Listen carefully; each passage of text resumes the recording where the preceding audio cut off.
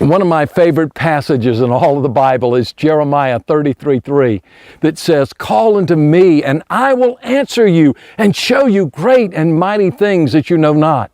God is ready to answer if we will call unto Him. He will do extraordinary things. And it really doesn't matter what your nationality is, what your educational background is. God is just looking for people who will call on Him and seek His face.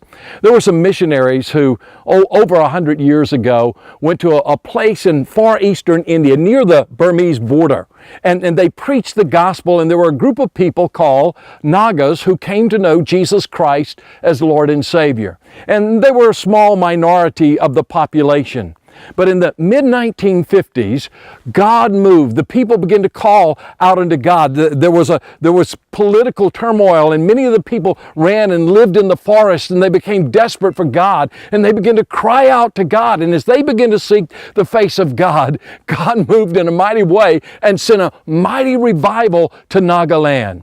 And then in the 1970s, there was another movement of the Spirit of God in Nagaland. There were young people who were in these revolutionary type music groups and deaf type music groups who came to Christ. The entire music groups were converted, and entire schools were converted, and God moved in a mighty way there in Nagaland. Today, the most evangelical place in all of Christianity, of all of the Christian churches around the world, is Nagaland, because of those two great revivals that took place. Almost all the Nagas are Christians and follow Jesus Christ.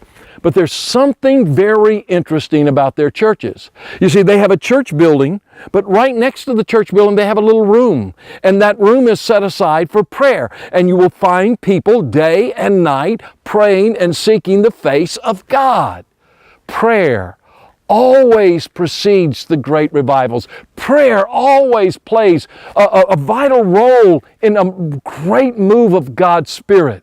That's why God says to us, "Call unto me, and I will answer you and show you great and mighty things that you don't know."